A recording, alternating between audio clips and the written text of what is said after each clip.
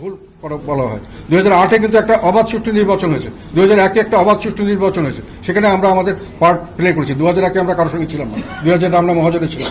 2014-তে এখানে ভুল করো না, 2014-তে 300 মানুষ আমরা জমা দিয়েছিলাম, আমি জমা দিয়েছি, আমি মন্ত্রী ছিলাম তখন।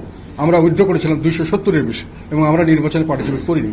হয়তো আমার ভাবিকে নিয়ে সেখানে তারা একটা গ্রুপ করে জোর করে তাদেরকে করেছে, হয়তো ভয়ভীতি লোভ লালসা দেখেছে।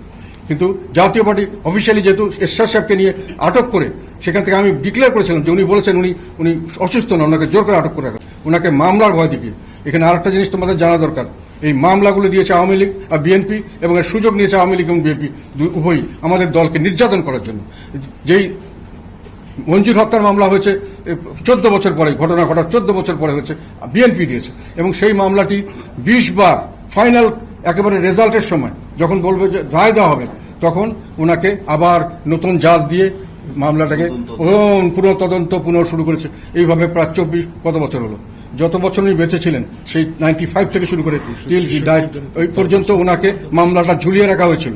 এবং সেখানে যেগুলো সাক্ষী ছিল, আমরা উকিলদের সঙ্গে আলাপ করেছি, সবার সঙ্গে 28 জন সাক্ষী ছিল, কেউ কোনো সময় বলেনি উনি ওখানে জড়িত। কাজে এই মামলা দিয়ে এখন ওনাকে ফাঁসির কাজ দাঁড়া করা হয়েছিল, ফাঁসির ভয় দেখিয়ে ওনাকে নেওয়া হয়তো।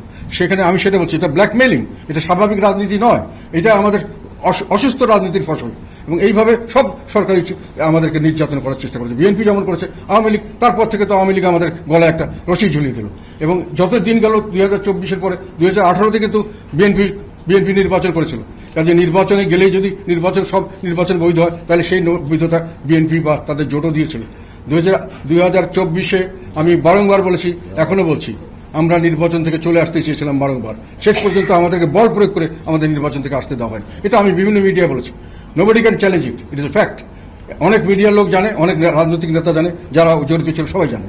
কাজেই আমাদেরকে এই যে গলার মধ্যে একটা ফাঁস লাগিয়ে দিয়ে টানা হাঁচড়া, এটা করে আমাদেরকে রাজনীতিতে আমাদেরকে এটা ফাউল প্লে করা হয়েছে, আমাদের সঙ্গে অন্যায় করা হয়েছে। আমাদের সিদ্ধান্ত আমরা কার সঙ্গে করবো কি না করবো, আমরা নির্বাচন যাবো কি না যাবো, এটাতে কেউ আমাকে ডিকটেট করতে পারে না।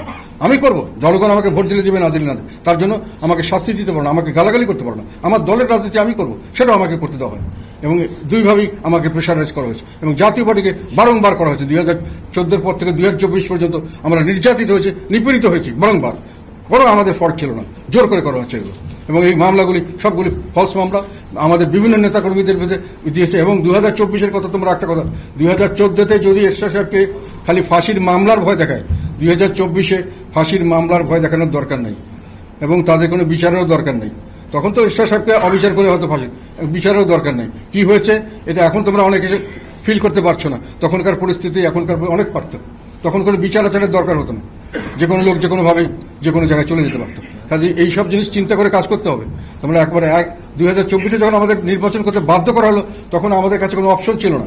আমাদের একটাই অপশন ছিল, সেটা হলো যে নির্বাচন যদি চলে এসেছি, আমরা রাজনৈতিকভাবে আমরা কিছুটা ক্ষতিগ্রস্ত হয়েছি, এখন আমাকে দলকে বাঁচাতে হবে, যে কোনোভাবে দলকে আমার চালু রাখতে হবে। নির্বাচনে যতটুকু পারা যায় আমাদের নির্বাচন করতে হবে, নির্বাচনের বেনিফিট নিতে হবে। না হলে যদি দল না থাকে, আমার রাজনীতি থাকবে না, আর রাজনীতি না থাকলে দল থাকে না। কাজে দলটাকে বাঁচাতে হলে আমাকে তখন ফুল ফ্লেজেড নির্বাচন করতে হয়েছে।